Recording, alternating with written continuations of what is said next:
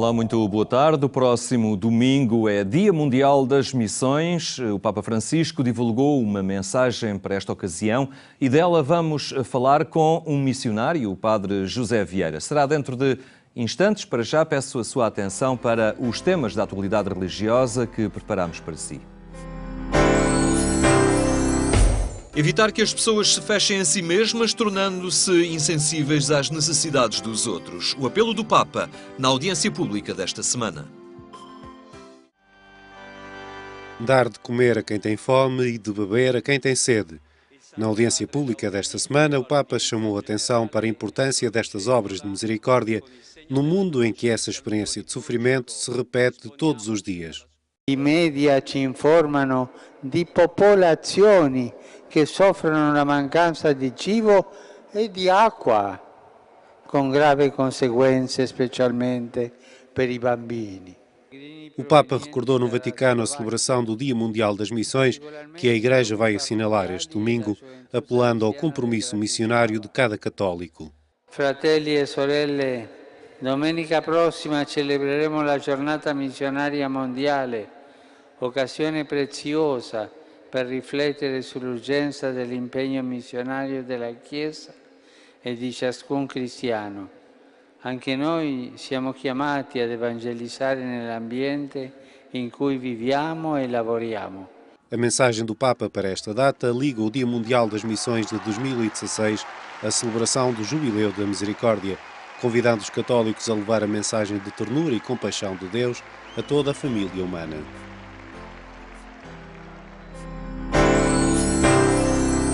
A Europa continua a fechar os olhos ao drama dos refugiados e outros enriquecem com as fragilidades destas pessoas.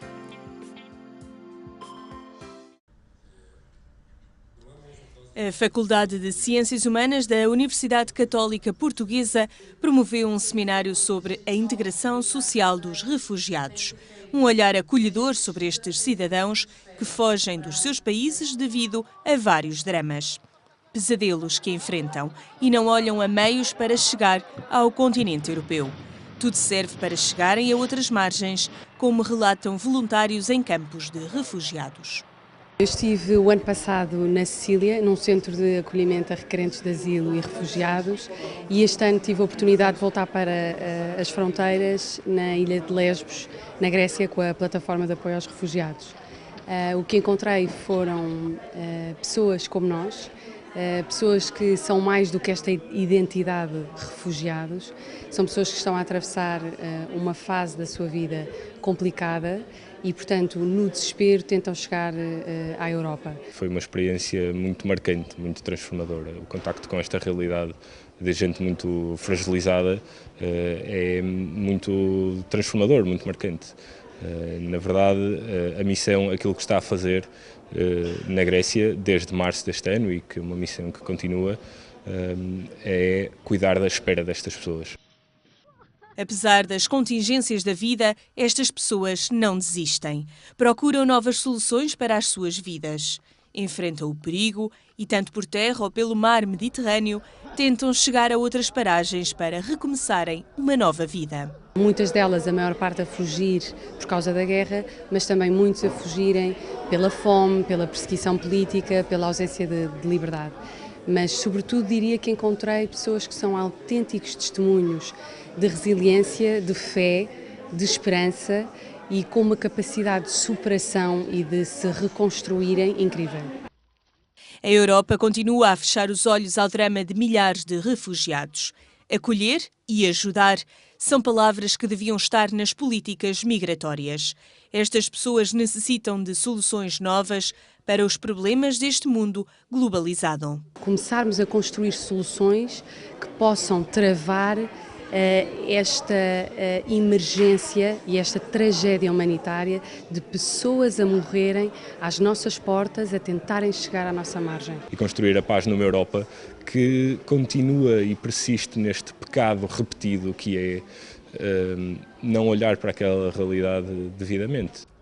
Apesar da vulnerabilidade destas pessoas, as rotas ilegais e o enriquecimento com a desgraça alheia é uma constante. Infelizmente, à volta desta temática e à volta desta crise, geraram-se e criaram-se redes de traficantes, pessoas que fazem dinheiro com a travessia dos refugiados e com a miséria destas pessoas. E, portanto, muitas vezes são estes traficantes e estas pessoas que estão a enriquecer à custa de uma tragédia humanitária que estão a criar rotas ilegais, zonas cinzentas, zonas perigosas, onde estas pessoas, uma vez entrando, e muitas vezes entram por desconhecimento, por ingenuidade, e perdem-se. Um seminário realizado na Universidade Católica Portuguesa que trouxe novamente o drama dos refugiados para o centro das atenções. Testemunhos de voluntários portugueses em campos de refugiados na Grécia e na Itália. Chama-se Duquette e traduz em linguagem simples e dirigida aos jovens a doutrina social da Igreja.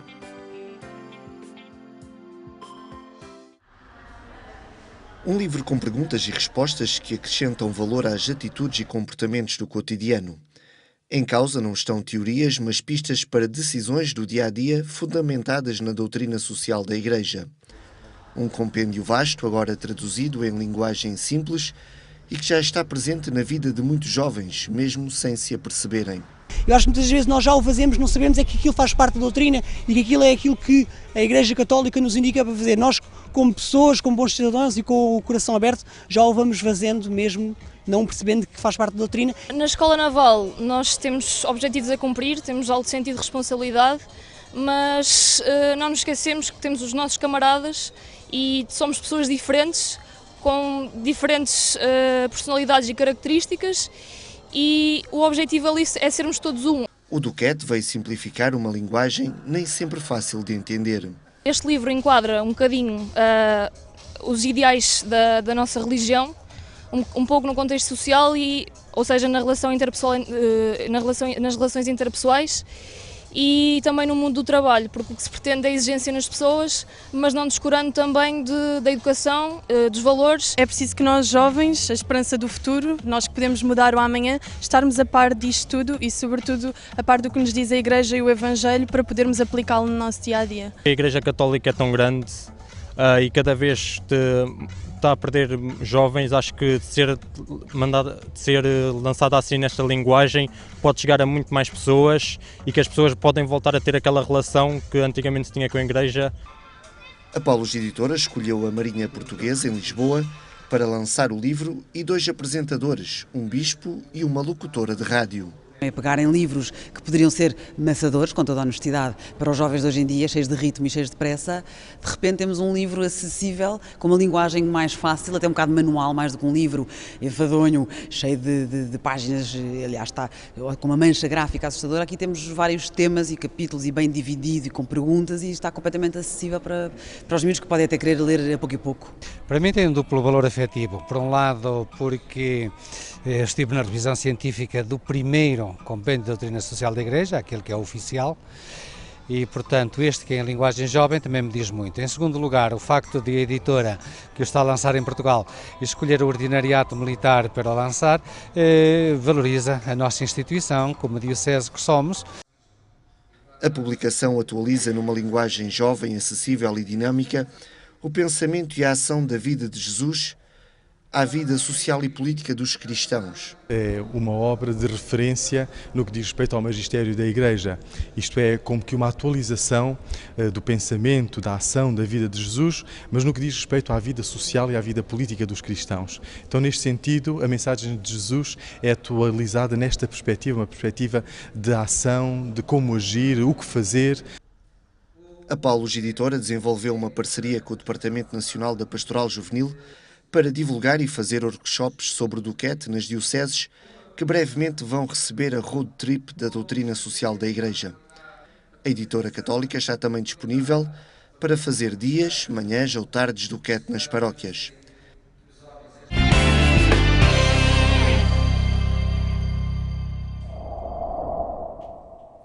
Em agência.eclésia.pt pode acompanhar estes temas e tudo o que se passa na Igreja Católica. Agora, o Dia Mundial das Missões é já no próximo domingo. Está connosco o missionário comboniano Padre José Vieira, que é também o presidente da Confederação dos Institutos Religiosos de Portugal. Boa tarde, obrigado por estar entre nós. O Papa, desta vez, nesta sua mensagem para o Dia Mundial das Missões, coloca um sublinhado particular na importância da mulher, não é? Sim, coloca um sublinhado particular na atividade apostólica da mulher, em paralelo da mulher e do leigo e da família também, que é interessante que ele também acrescentou em famílias, em paralelo à atividade apostólica do missionário padre, que normalmente é mais sacramental. Eles fazem mais do cuidado da vida. É muito bonito como o Papa expressa este ministério missionário da mulher, dos leigos e da família, portanto, na defesa da vida, com um cuidado e com um carinho especial. Este conceito de missão, em relação àquele mais tradicional, daqui de há umas décadas atrás, tem vindo a evoluir. Hoje missionários são todos os batizados, logo à partida, mas mesmo em territórios tradicionais da missão, está o missionário na sua consagração, mas começam a estar as famílias, não é? Os jovens, por períodos mais ou menos longos, e começam a coabitar vários agentes da atividade missionária. Não é? É verdade, a minha experiência missionária tem sido também essa. Eu, quando vivi na Etiópia, portanto há quase 20 anos, connosco viviam 2 leigas italianas. Depois, quando trabalhei no Sudão do Sul, durante 2 anos houve um casal polaco que viveu connosco. O senhor colaborava na rede de rádios onde eu trabalhava. A esposa trabalhava, portanto, numa escola de ensino especial, era especialidade de ensino especial. E, portanto, depois havia também uma série de pessoas locais, leigos locais, que trabalhavam afincadamente e se envolviam na atividade da Igreja. Portanto, a missão deixou de ser um trabalho dos missionários profissionais, aqueles que professamos a vida missionária como nosso modo de vida, para ser o trabalho de todos os cristãos, como devia ser, não é? E os missionários têm-se adaptado a estas mudanças, neste repartir de funções, não é? Alguns têm e outros não. Eu tenho que ser honesto, portanto, alguns dos mais velhos têm alguma dificuldade em partilhar, digamos, o ministério, mais o ministério e a vida com essas pessoas, porque normalmente, quando nós trabalhamos, portanto, na missão, fazemos comunidades apostólicas em que as pessoas vivem juntas, e alguns sentem um bocado de dificuldade de terem, não combonianos, no nosso caso, leigos, e às vezes mulheres a viver na mesma casa, sentadas à mesma mesa, porque não foram treinados nisso, não é? Mas tem havido portanto, uma vontade e uma capacidade de receber os outros. E também às vezes coisas simples, por exemplo, o rezar. Nós missionários, quando nos rezamos, pegamos um breviário e vamos a isto, parece que se faz tarde. Os leigos preferem ter um estilo de oração mais partilhado e, por exemplo, eu dei conta que em algumas províncias nossas causou algum problema em admitir leigos missionários que queriam fazer uma experiência prolongada, normalmente de 2 a 3 anos no mínimo, connosco, porque os meus colegas não estavam muito habituados na oração partilhada, era mais a oração de breviário, que a gente tem aquilo tudo muito certinho, mas que um leigo que não está habituado, aquilo não diz muito, é uma oração muito mecanizada. E as populações locais, como é que reagem a esta diversificação dos agentes da missão? O missionário era e continua a ser um agente muito credibilizado pelas populações locais. Depois, o repartir isto com jovens, com um casal, gera algum tipo de confusão nas pessoas? Gera uma confusão positiva, porque para eles tudo que é homem é padre, tudo que é mulher é freira. Portanto, na Etiópia dava conta disso, tudo que era homem era Abba, era o nome que nos chamavam a nós em Amar, e tudo que era mulher, casada, leiga, era Irmã. Porquê? Porque eles normalmente, os missionários, portanto a experiência que eles têm de nós é de padres, irmãos e irmãs consagrados. E agora vem esta gente, mas além disso não põem grandes dificuldades. E depois, quando vão interagindo com eles a nível profissional, portanto quando são professores, quando são agentes sanitários, outros trabalhos que fazem, eles começam a ver, portanto, são gente como eles. Potenciam a atividade missionária. E é isso que o Papa reconhece, não é? Nesta mensagem. É isso. E por cá, o Dia Mundial das Missões, que é já no próximo domingo, acaba por mobilizar também muita gente, muitas pessoas muito próximas de congregações missionárias, que se envolvem também no esforço dos missionários, e é um dia muito celebrativo, não é? É verdade. Portugal manteve esta marca missionária, que já nos vem lá de 5 séculos, portanto, esta preocupação de evangelizarmos primeiro os territórios que ocupávamos na África e na América Latina e na Ásia, mas temos mantido esta atitude. E o Dia Mundial das Missões, para nós, é uma festa missionária que se realiza a nível da Igreja de Portugal, não só na parte de celebração, e, por exemplo, as obras missionárias pontifícias têm um papel importante com a preparação do Outubro Missionário, o guião que ajuda as comunidades cristãs, as paróquias, as comunidades religiosas a celebrarem o mês das missões de uma forma mais dinâmica. Também o próprio peditório, portanto, esta partilha que o Papa fala que é importante, depois de 90 anos, que se repete, não é importante ajudar as igrejas locais a resolver alguns problemas financeiros que têm e também ajudar os institutos missionários a chegar mais longe no anúncio do Evangelho. Esta partilha continua presente e vê-se que há mesmo jovens e não jovens que vão para a rua, portanto, pedir a ajuda das pessoas para este esforço missionário da Igreja. É bonito. Há também uma dimensão que convém sublinhar. Durante muito tempo, a atividade missionária esteve e continua a estar, obviamente, muito ligada à promoção humana, ao desenvolvimento social e humano, também o seu caminho que fazem na fé, mas muita promoção humana das populações locais.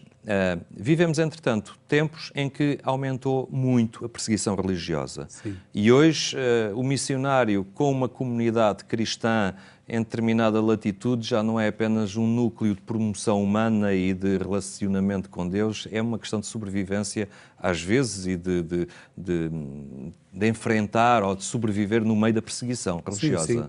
Durante as jornadas missionárias deste ano, nós temos a oportunidade de escutar a irmã Miri, uma monja portuguesa que vive na Síria, e ela falava precisamente disso, não é?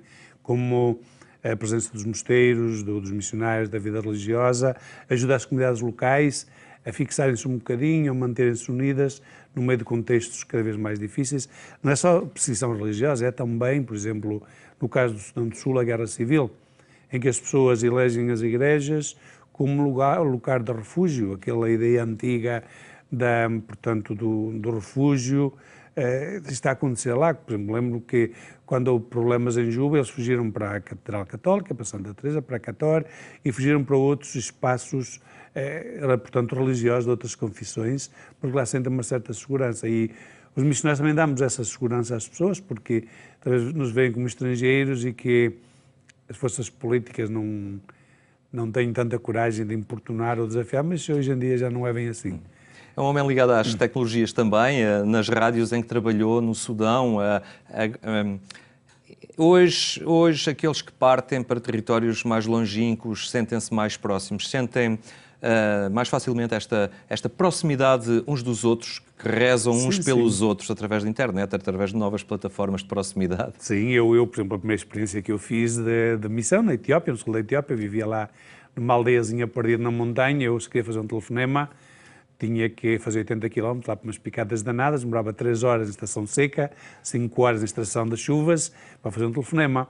Hoje em dia, os meus colegas que lá vivem têm telemóvel, têm internet, portanto, já nem, por exemplo, eu no tempo que vivia no Sudão do Sul, tinha a possibilidade todos os domingos usar o Skype para falar com os meus pais, com a minha família, portanto, a internet veio cortar as barreiras que existiam, a gente vivia lá tranquilo, o correio funcionava, por exemplo, no Sudão do Sul não havia correio, pelo menos havia a parte eletrónica que supriria, digamos, a parte afetiva de receber uma carta e sentir, portanto, as palavras lá escritas e relê-las.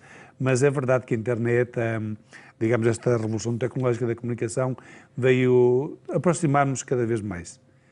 Por exemplo, eu estava em Lisboa e olhando para o Facebook dei-me conta que no dia 15 de dezembro de 2013 havia problemas em Juba, porque eu via amigos meus no Facebook a falarem de tiroteio aqui, tiroteio ali, sobre toda a cidade. E depois telefonei aos meus colegas a perguntar o que é que se passa, porque vejo, e eles disseram, não sabemos, há para aqui um grande tiroteio, foi quando começou a Guerra Civil, mas faz-nos também perceber, estamos próximos deles e seguir a situação. Centramos-nos, para terminar, neste domingo, o Dia Mundial das Missões. Falámos de uma missão que está a mudar, que está a ficar enriquecida com novos agentes, famílias, leigos, os missionários, mas o desafio que é colocado ao missionário permanece, não é?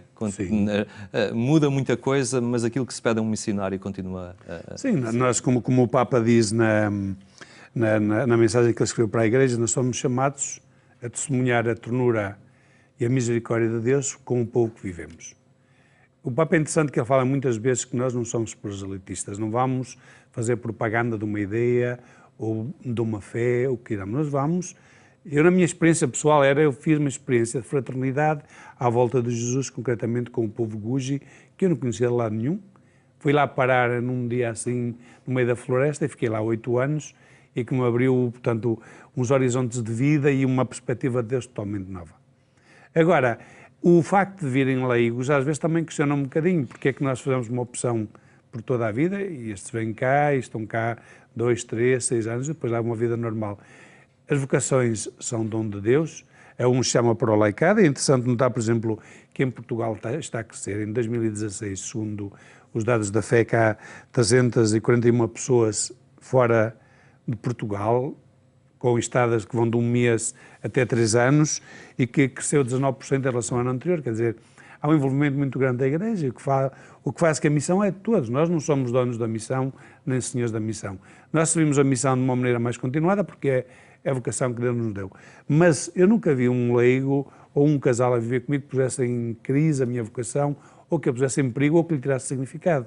Nós vivíamos a vocação na complementaridade do chamamento, somos todos cristãos batizados, a testemunhar a misericórdia do Senhor vivendo juntos em harmonia.